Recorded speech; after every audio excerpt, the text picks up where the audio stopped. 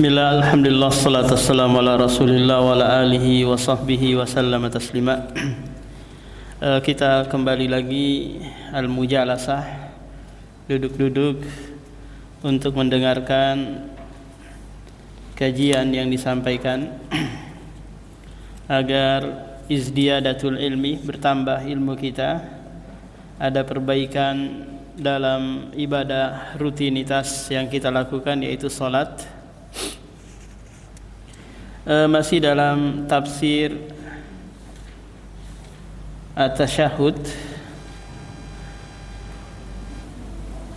kalimat as-salawatu, kata as-salawat merupakan bentuk jamak dari kata as-salat.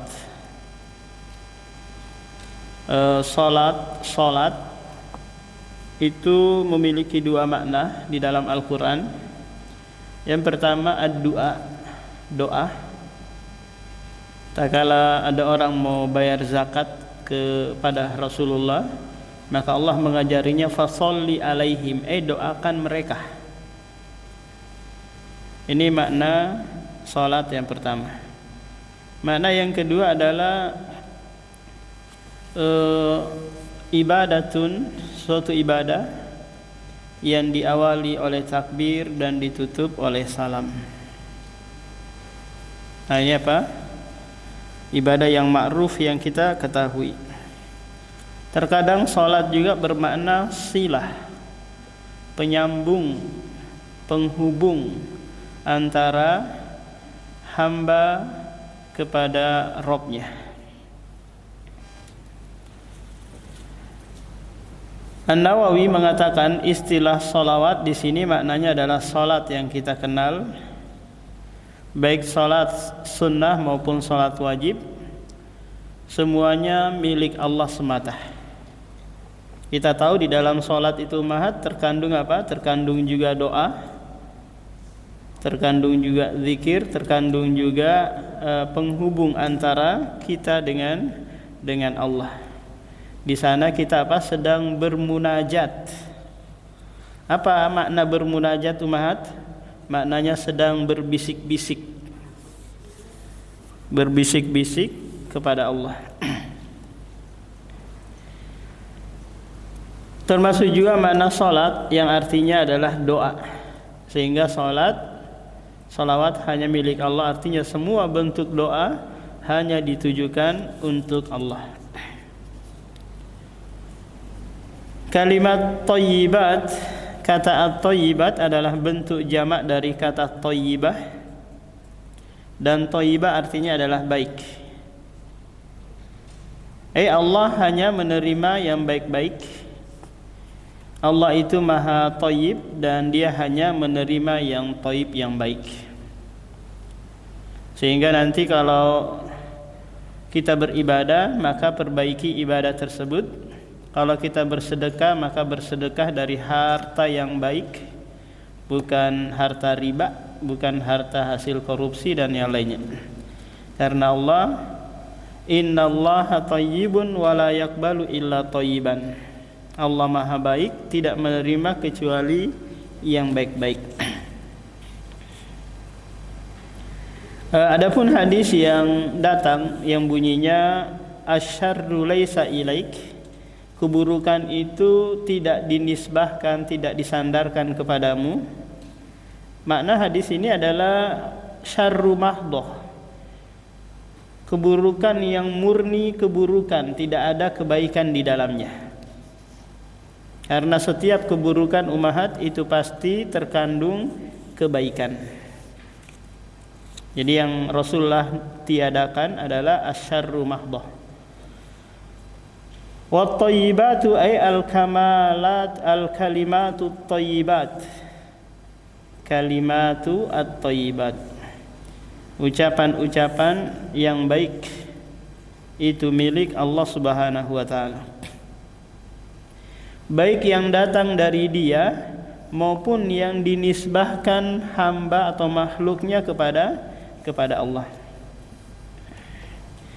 Kalimat az-zakiyat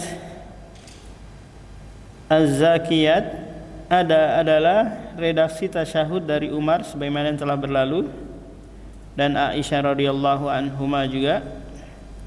Kata az-zakiyat adalah bentuk jamak dari kata bukan az-zakiyah umat tapi az-zakiyatu, ditambahkan alif ya setelah ini, setelah zain, az-zakiyatu. Az-zakiyatu jadinya apa? Az-zakiyatu. Kalau az-zakiyah, az-zakiyatu jamaknya azkiya. Azkiya'u. Pernah dengar nama anak perempuan Azkiya? Ada apa namanya? TPA, TPQ kayak itu. Yang namanya Azkiya. Beda lagi dengan Azkiya ya. Kalau pakai zal maknanya orang-orang yang cerdas. Ya artinya kesucian dan tumbuh. Di antaranya turunan kata ini adalah kata zakat, amalan yang membersihkan dan menumbuhkan harta.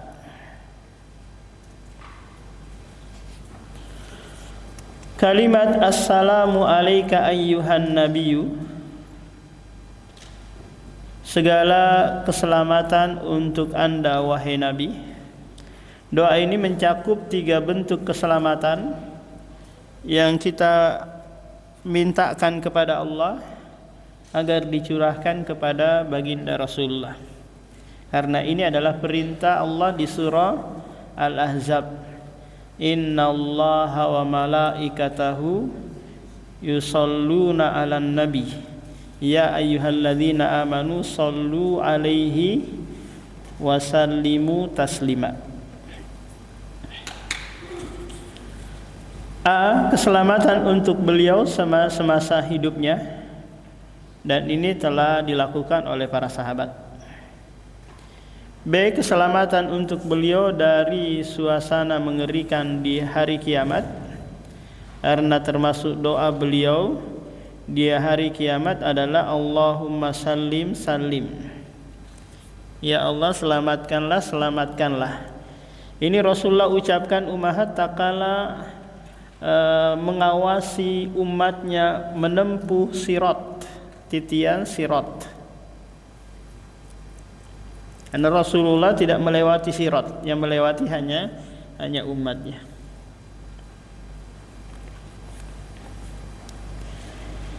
C. Keselamatan untuk ajaran, syariat dan agama beliau dari segala bentuk penyimpangan dan perubahan. Penyimpangan, perubahan akan ada yang membuat ummahat cuma dibongkar, diungkap bahwa itu adalah kebatilan. Karena Allah Subhanahu wa taala yang turun langsung juga menjaga agama ini, menjaga Al-Qur'an. Inna nahnu nazzalna dzikra wa inna lahu lahafizun. Kami yang menurunkan Al-Qur'an dan syariat, dan kami pula lah yang menjaganya. Kemudian yang dipanggil dalam salam ini adalah gelar Nabi. Karena dalam masalah panggilan Allah ajarkan agar kita tidak memanggil nama beliau langsung seperti ya Muhammad. Ya Muhammad. Jadi kalau ada sahabat yang memanggil nama Nabi langsung, itu apa? Biasanya orang Badui.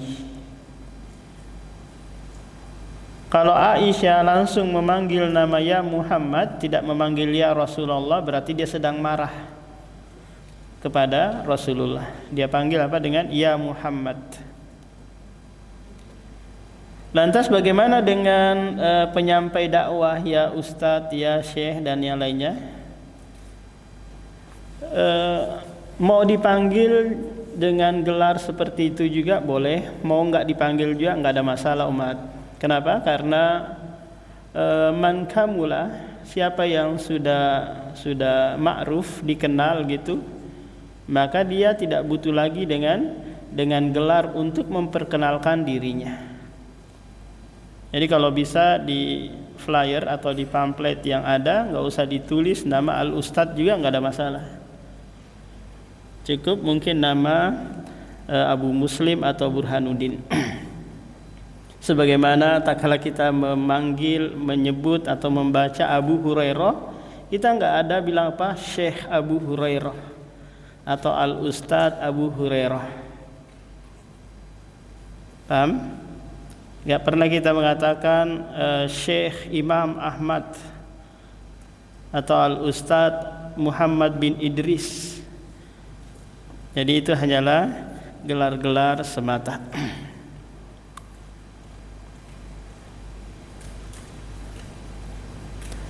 Allah berfirman, la taj'alu du'a ar-rasuli bainakum ka du'ai ba'dikum ba'dha. Janganlah kamu jadikan panggilan Rasul di antara kamu seperti panggilan sebagian kamu kepada sebagian yang lainnya. Memuliakan Nabi sallallahu alaihi wasallam dengan memanggil gelarnya, yaitu ya Nabi Allah atau ya Rasulullah. Kalimat wa rahmatullah, rahmat Allah jika digandengkan dengan salam, maka makna salam dan rahmat menjadi saling melengkapi. Salam berarti doa agar dihindarkan dari yang tidak disukai, sedangkan rahmat berarti doa agar mendapatkan apa yang diinginkan. Semoga rahmat Allah tercurahkan untukmu wahai Nabi. Muhammad bin Shalih Al-Utsaimin mengatakan, fa anta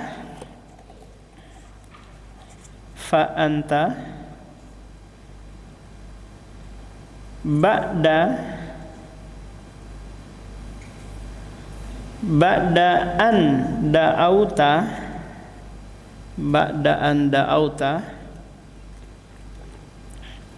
li Rasulillahi sallallahu alaihi wasallam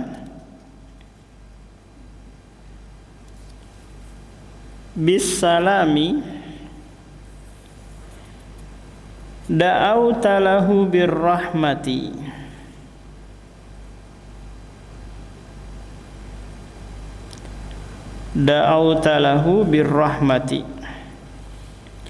liyazula anhu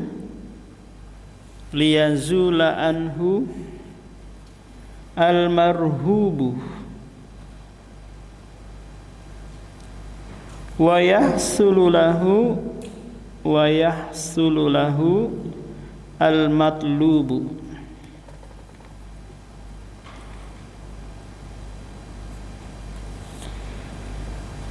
Seusai kamu mendoakan Rasulullah sallallahu alaihi wasallam dengan salam, kamu mendoakan agar mendapatkan rahmat untuknya. Agar apa? Agar yang terhindar dari apa yang dikhawatirkan, agar ia terhindar ya. Dicoret aja kali yangnya itu mat. Agar ia terhindar dari apa yang dikhawatirkan dan mendapatkan apa yang diharapkan.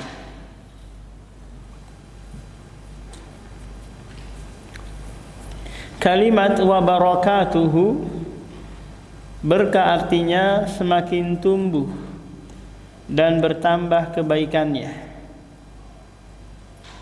Kita mendoakan agar beliau mendapatkan keberkahan setelah wafatnya beliau.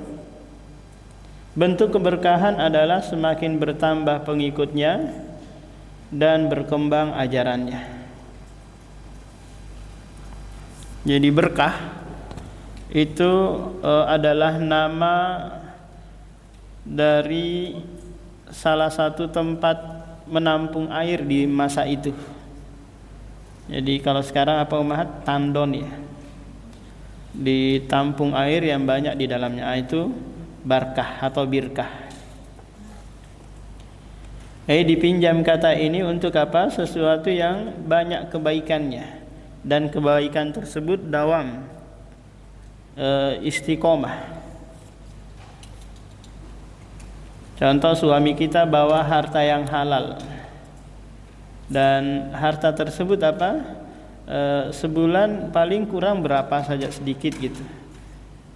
Nah kalau bawa uang 10 juta terus langsung bayar ini bayar itu, habis kok nggak ada berkahnya, berarti ada sesuatu yang bermasalah ini. Imam Ibnu Utsaimin menjelaskan, fama hiyal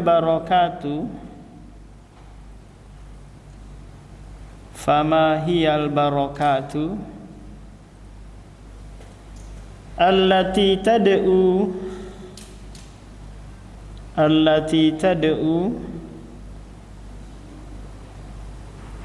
biha lirrasuli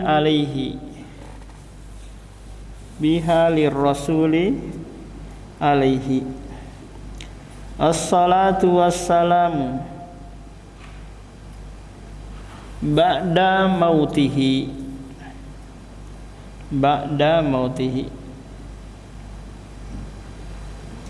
fa fi hayatihi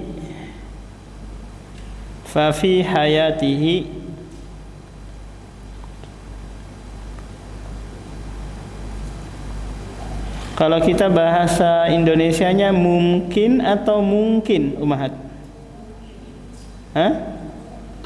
Mungkin pakai NG ya? Iya, kalau bahasa Arabnya mumkinun. Jadi bahasa Arab dipinjam ke bahasa Indonesia terus diplesetin dikit. Jadinya apa? Mungkin. Diikhfa. Mumkinun.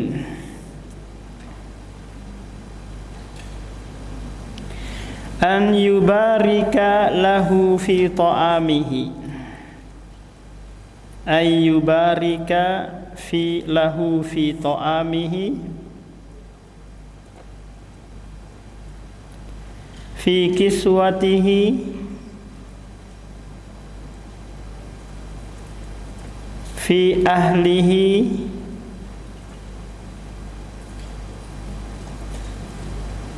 fi amalihi, fa ammal barakatu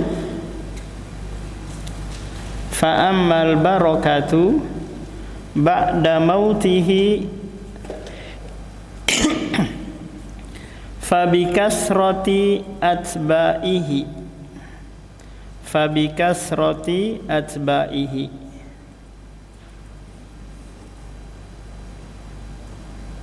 wa ma yattabi'u fihi. Keberkahan apa yang kalian doakan untuk Rasulullah setelah kematian beliau? Maka jawabannya, keberkahan ketika beliau masih hidup mungkin bentuknya keberkahan pada makanan. Makanan Umahat, Rasulullah kalau menyentuh makanan atau minuman itu jadi banyak. Dalam artian meskipun satu gelas gitu tapi bisa diminum oleh banyak orang. Bayangkan Umahat ketika Rasulullah dihadiahkan segelas susu. Kemudian diajaklah Abu Hurairah untuk minum bareng susu tersebut. Sebelum diteguk air susu itu, Rasulullah menyuruh Abu Hurairah untuk manggilin ashabus sufah yang lainnya yang jumlahnya ada 70 orang. Yang kan disuruh minum bareng nih. Dan Abu Hurairah agak ada sesuatu, kayaknya saya bagian terakhir nggak dapat ini. Paham? Akhirnya digilir semua minum dari satu gelas tersebut. Akhirnya Abu Hurairah pun kedapatan dan dia minum sampai kenyang. Karena ini santri-santri Rasulullah ya Ummahat di Masjid Nabawi, Ashabus Sufa, mereka tidak ada yang ngasih makan, tidak ada kompornya. Paham? Mereka dikasih kalau ada pembagian dari Rasulullah. Dan Rasulullah juga tidak pernah memintakan untuk mereka ini donasi. Donasi untuk makan, berbuka dan yang lainnya, enggak. Meskipun mereka berhari-hari enggak makan, kadang tersungkur saat sholat karena kelaparan, sepekan nggak makan, tapi Rasulullah nggak mintain mereka donasi. Wa fi kiswatihi, demikian juga dalam hal pakaiannya. Bisa apa ummahat mendatangkan keberkahan. Tapi ingat ya bahwa apa yang dipakai, apa yang ada pada diri Rasulullah dan apa yang pernah dipakai Rasulullah itu mendatangkan kebaikan yang banyak. Tapi ini khusus Rasulullah saja. Tidak boleh dikiaskan kepada sahabat, tabi'in, apalagi Habib-habib itu enggak ada apa? Enggak ada keberkahan jasadnya wala pakaiannya. Paham ummahat? Kadang kita sodorkan air biar disentuh dulu oleh Habib, biar apa? Biar kita nanti minum dapat keberkahan.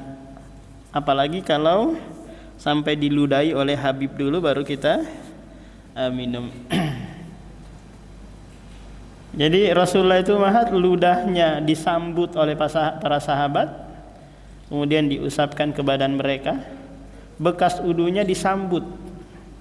Kalau ada yang jatuh, kemudian para sahabat yang lain menyambutnya dengan kedua telapak tangannya.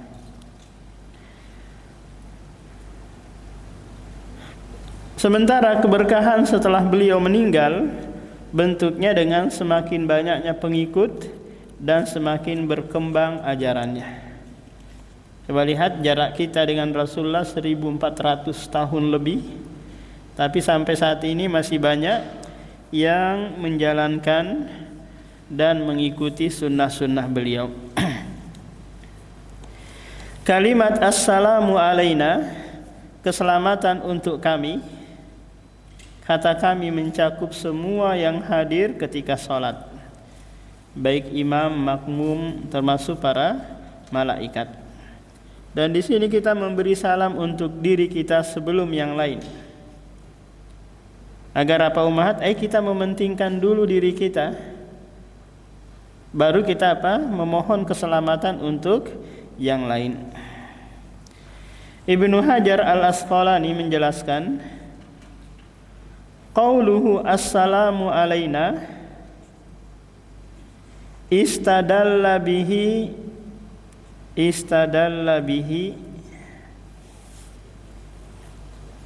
ala istihbabi al-bida'ati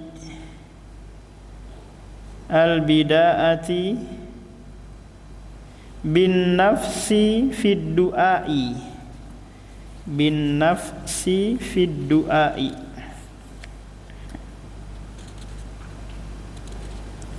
Perhatikan ummahatnya, kalau mengharokati setelah fi berarti ada kasronya, setelah bi ada kasronya.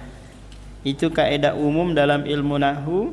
Setiap kata yang didahului oleh huruf jar maka dia pasti majrur.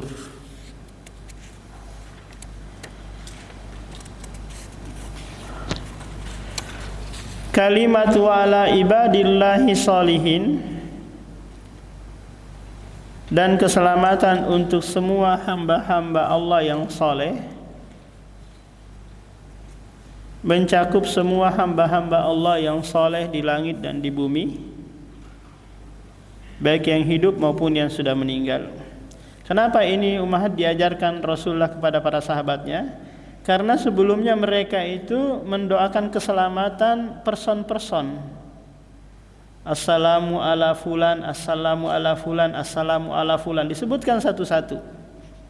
Paham? Maka Rasulullah ajarkan mereka ini untuk apa? Mencakup seluruh hamba-hamba yang soleh di langit maupun di bumi, yang hidup maupun yang sudah meninggal dunia. Catatan, tidak sholat berarti tidak mau mendoakan kaum muslimin. Dalam fatwanya Al-Qaffal menyatakan, meninggalkan sholat berarti mengganggu seluruh kaum muslimin. Karena orang yang sholat memberi salam untuk seluruh hamba Allah yang soleh, sehingga meninggalkan sholat berarti mengurangi hak seluruh orang soleh dan kaum muslimin. Nah, ini pendapat beliau dari apa ummahat? Dari kelaziman doa salam tadi. Berarti kalau enggak salam mengurangi atau menghilangkan harapan keselamatan bagi mereka hamba-hamba yang saleh. Kalimat asyhadu an la ilaha illallah, asyhadu an ini asalnya anna ya ummahat, anna diringankan, jadinya apa? Dia hanya disukun saja, jadinya an.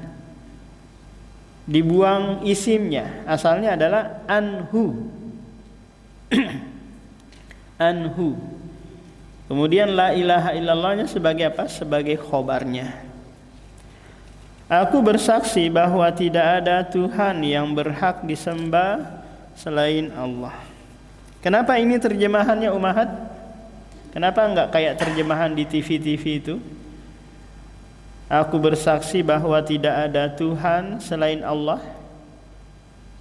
Pernah lihat umat baca terjemahannya? Tidak, aku bersaksi tidak ada Tuhan kecuali Allah kan? Nah, kalau kita mengatakan seperti ini umat, tidak ada Tuhan kecuali Allah, berarti Tuhan-Tuhan yang ada itu semuanya Allah. Paham?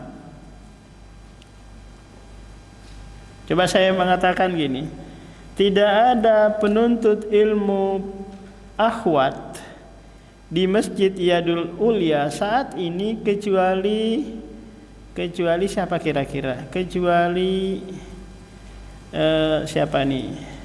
Fatimah. Maka berarti yang ada di sini apa? Semuanya Fatimah kan? Padahal tidak seperti itu. Nah, Ahlus Sunnah wal Jamaah menerjemahkan seperti ini, tidak ada Tuhan yang berhak disembah kecuali Allah. Karena Tuhan itu banyak ummahat. Ada yang dari monyet, sapi, matahari, bulan, patung, nabi, penghuni kubur, pohon, banyak sekali. Ini semua disembah. Tapi semuanya batil. Yang hak itu hanya Allah. Allah berfirman di surah Luqman ayat 30, "Dzalika bi anna Allaha huwal haq wa anna ma yad'una min dunihil batil." Hal itu bahwasanya Allah saja yang hak diibadahi, adapun yang lainnya semuanya batil. Karena semua yang lain itu tidak bisa menciptakan, tidak bisa mengatur, tidak bisa memberi rezeki. Kalimat syahadat selalu dinyatakan dengan kata ganti tunggal, aku dan bukan kami. Kalau kami apa ummahat? Nashhadu. Nashhadu. Meskipun sebelumnya kita mengucapkan assalamu alaina, karena persaksian tidak bisa diwakilkan. Ingat ummahat, persaksian itu harus memenuhi 4 syarat kalau mau bersaksi. Yang pertama, harus meyakini apa yang dia persaksikan. Yang kedua, dia harus mengucapkan, atau al-kalam, dia harus apa?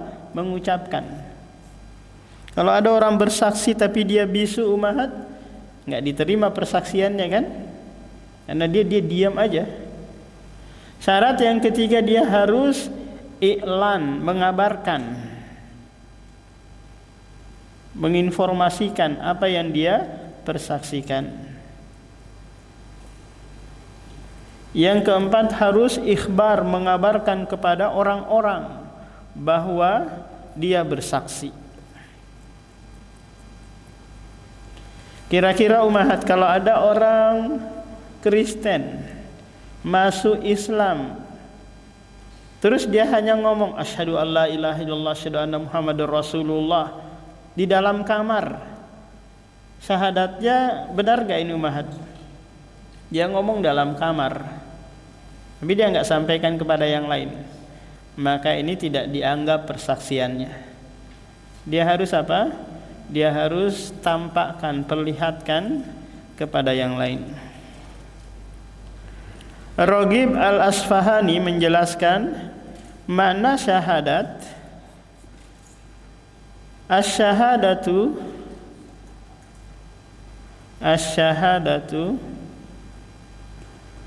qaulun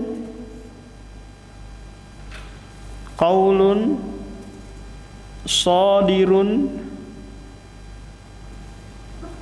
an ilmin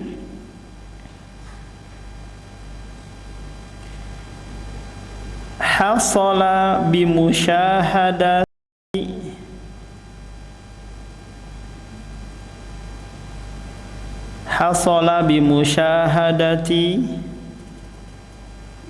basiratin au basarin.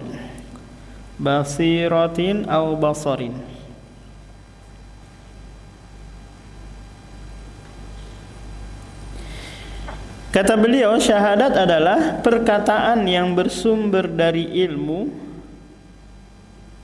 karena telah menyaksikan langsung atau perenungan. Kira-kira umahat, kalau kita mengucapkan asyhadu an la ilaha illallah, kita pernah melihat langsung Allah? Tidak.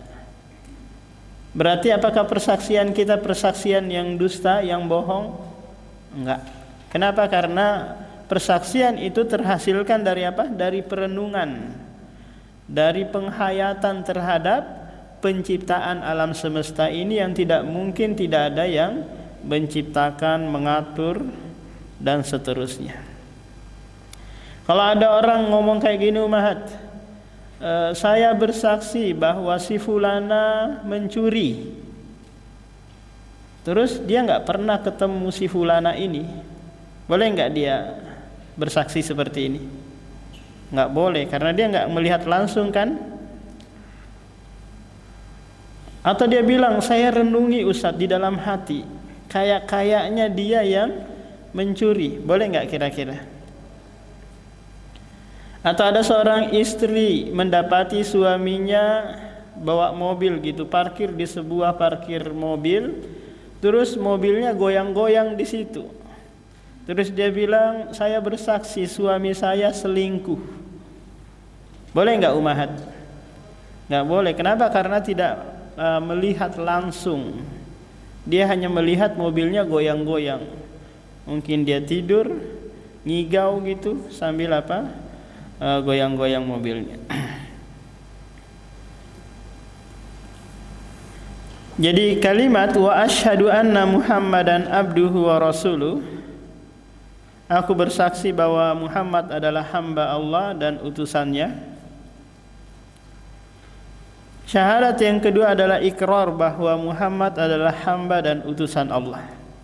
Hamba untuk menepis dugaan Rasulullah adalah Tuhan.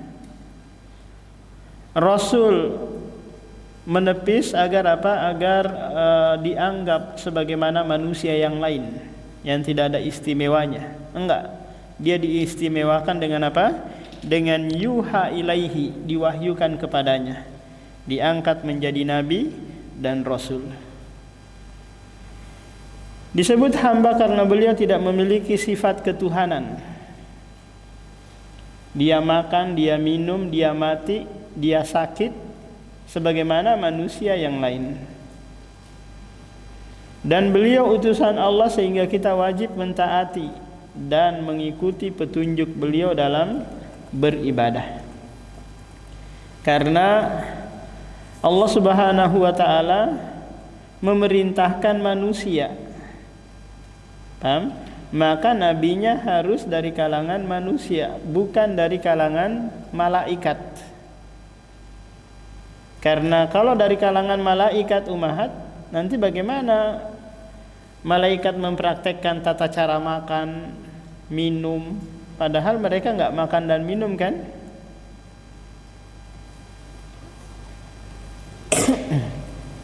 Mayyuti'ir rasula faqad ata Allah. Barang siapa yang mentaati Rasul, sungguh dia telah mentaati Allah. Ini dua kata yang saling berhubungan, tidak bisa terpisah satu sama lain umat. Taat Allah konsekuensinya harus taat Rasul. Taat Rasul ini bagian dari ketaatan kepada Allah. Jadi kalau di sana ada orang saya mau taat Allah aja, nggak bisa, harus taat Rasul. Atau di sana ada orang saya taat Rasul aja nggak mau taat Allah, ini juga nggak bisa. Karena Anda sudah bersyahadatain. Catatan bacaan salam setelah Nabi sallallahu alaihi wasallam meninggal. Bacaan salam untuk Nabi sallallahu alaihi wasallam pada semua kalimat tasyahud di atas menggunakan kalimat assalamu alayka ayyuhan nabiyyu. Ya, artinya segala keselamatan untuk Anda wahai Nabi. Menggunakan kata ganti orang kedua. Apa itu mahat? Antah atau kaf alaika. Kalau orang ketiga apa? Alaihi. Kalau kata ganti orang pertama alayyah. Orang pertama adalah yang berbicara. Yang diajak berbicara namanya apa umahat? Namanya kata ganti orang kedua atau mukhatab. Yang dibicarakan namanya orang ketiga atau goib. Menggunakan kata ganti orang kedua ketika Nabi sallallahu alaihi wasallam sudah meninggal, para sahabat menggantinya dengan kalimat assalamu alan nabi. Ya, artinya segala keselamatan untuk Nabi. Tidak menggunakan kata ganti Anda, assalamu alaika. Ibnu Mas'ud mengatakan assalamu alayka ayyuhan nabi wa huwa baina dhuhranayna. Falamma qubida qulna assalamu alan nabi. Ulama berbeda pendapat apakah pergantian ini atas petunjuk Nabi sallallahu alaihi wasallam ataukah ijtihad beliau. Ijtihad itu maknanya adalah ini hasil pemikiran dia saja. Bukan bukan perintah Nabi. Pendapat pertama bahwa perubahan ini atas petunjuk Nabi sallallahu alaihi wasallam. Ini merupakan pendapat Imam Al-Albani. Beliau mengupas panjang lebar untuk meyakinkan bahwa ini bukan ijtihad Ibnu Mas'ud, namun atas bimbingan Nabi sallallahu alaihi wasallam.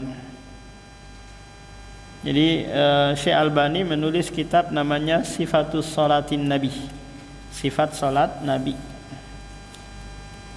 Nah, kalau kita mau mengamalkan ini umahat, ya silahkan, berarti apa? Diganti jadinya apa? Assalamu alan nabi. Yang selama ini kita praktekkan apa umahat? Assalamu alaika kan? Pendapat kedua bahwasanya perubahan ini adalah murni ijtihad Ibnu Mas'ud dan ijtihad sahabat yang tidak sejalan dengan teks dalam dalil. Boleh ditinggalkan dan ini merupakan pendapat jumhur ulama. Jadi sahabat-sahabat yang lain umahat itu tidak mengikuti apa yang dilakukan oleh Abdullah bin Mas'ud ini. Dan ini merupakan pendapat jumhur ulama. Syekh Suhaib Al-Arnauti menukil keterangan dari As-Sindi dalam catatan kaki untuk Musnad Imam Ahmad. Qala As-Sindi zahiruhu annal khitaba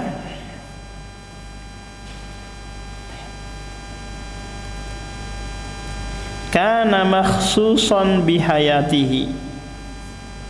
Kana makhsusan bihayatihi wa anna an-nasa tarakuhu ba'da wafatihi. Tarakuhu ba'da wafatihi.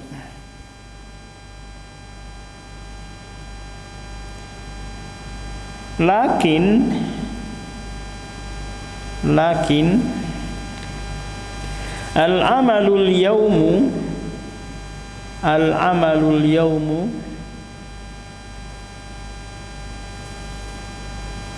ala khilafihi.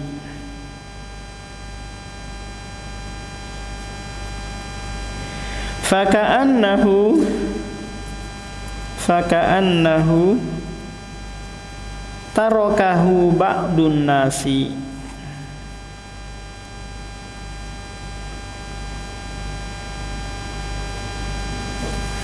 Washtahara al-amalu bi khilafi qaulihim wallahu ta'ala a'lamu.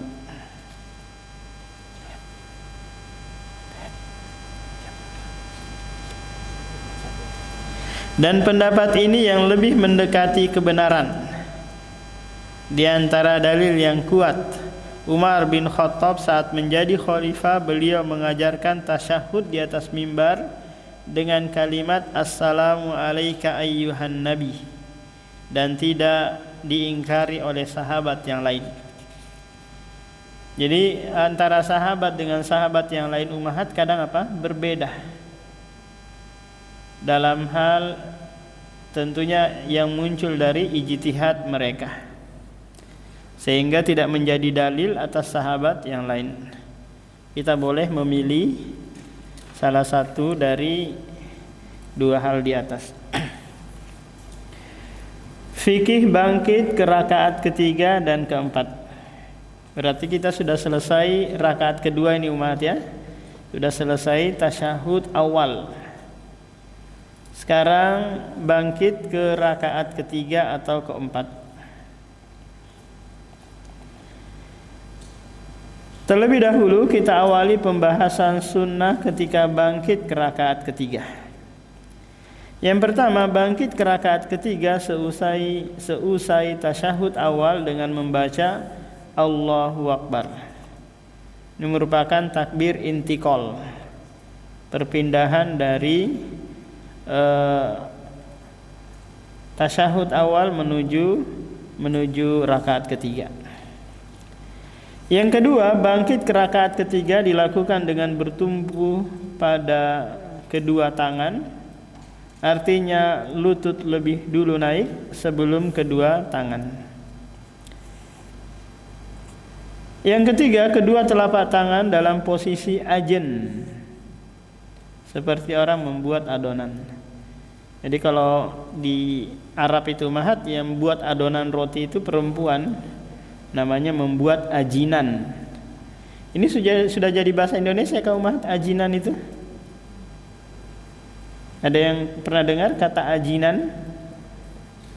Adonan roti yang mereka buat dengan apa? Dengan tangan, baik sambil ditumbuk-tumbuk itu atau dikep.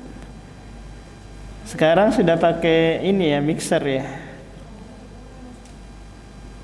Hah? Oh, ngulen ya. Iya, ngulenin.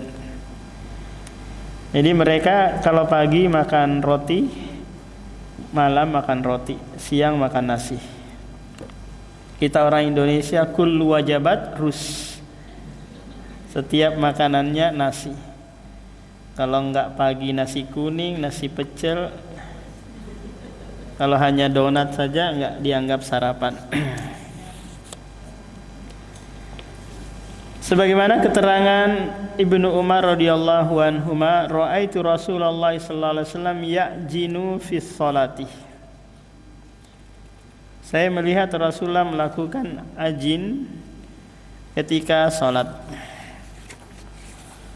Dalam riwayat yang lain, ra'aitu Abdullah bin Umar wa huwa ya'jinu fis sholati ya'tamidu ala yadayhi idza qamah. Dan ini hukumnya sunnah. Kalau mau langsung bangkit tanpa menyentuh tangan kita di lantai juga boleh. Tapi ini agak berat ya Mahat.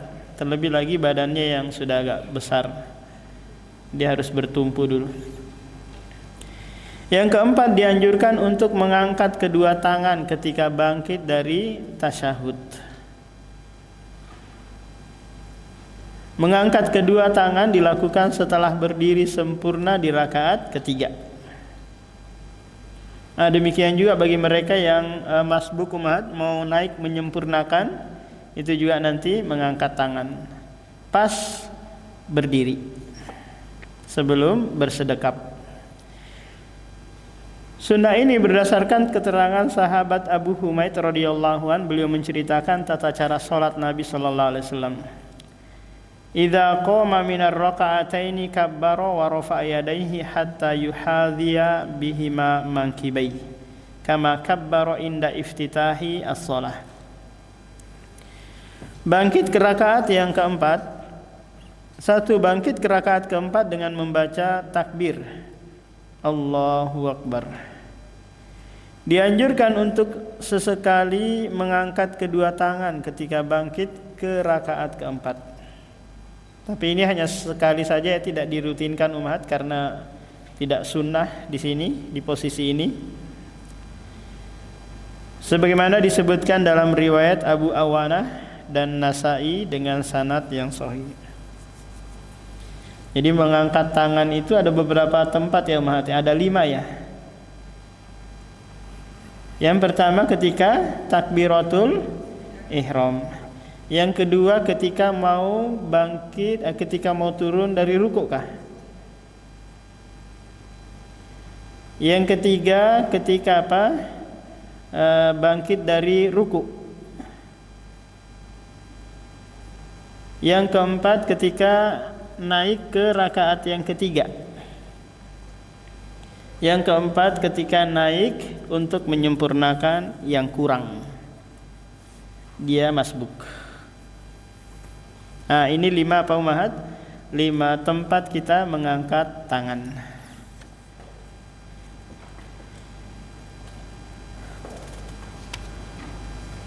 Kesalahan ketika bangkit ke rakaat ketiga dan keempat.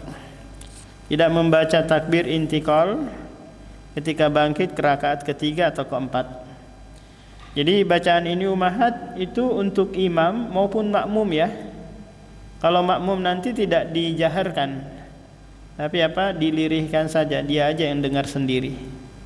Nah kalau imam dia harus menjaharkan. Kalau ternyata mic-nya mati, maka boleh nanti ada yang mutawali, ada yang menyambungkan. Paham? Sehingga makmum di belakang. Nah dari suara itu nanti makmum di belakang tahu posisi imam di mana, paham? Kayak di di Masjidil Haram itu Allahu Akbar, ada lagi belakang suara kan? Allahu Akbar, sami Allahu liman, ada lagi namanya mutawali, orang yang menyambungkan. Nah ketika dia nanti ikut bareng bersama imam, salam pun nanti setelah itu dia baca juga, besarin. Tapi kalau dia yang ikut masbuk, maka tidak boleh salam, kecuali harus sempurna dulu. Tindakan semacam ini dilakukan dengan sengaja, berarti meninggalkan salah satu kewajiban dalam sholat.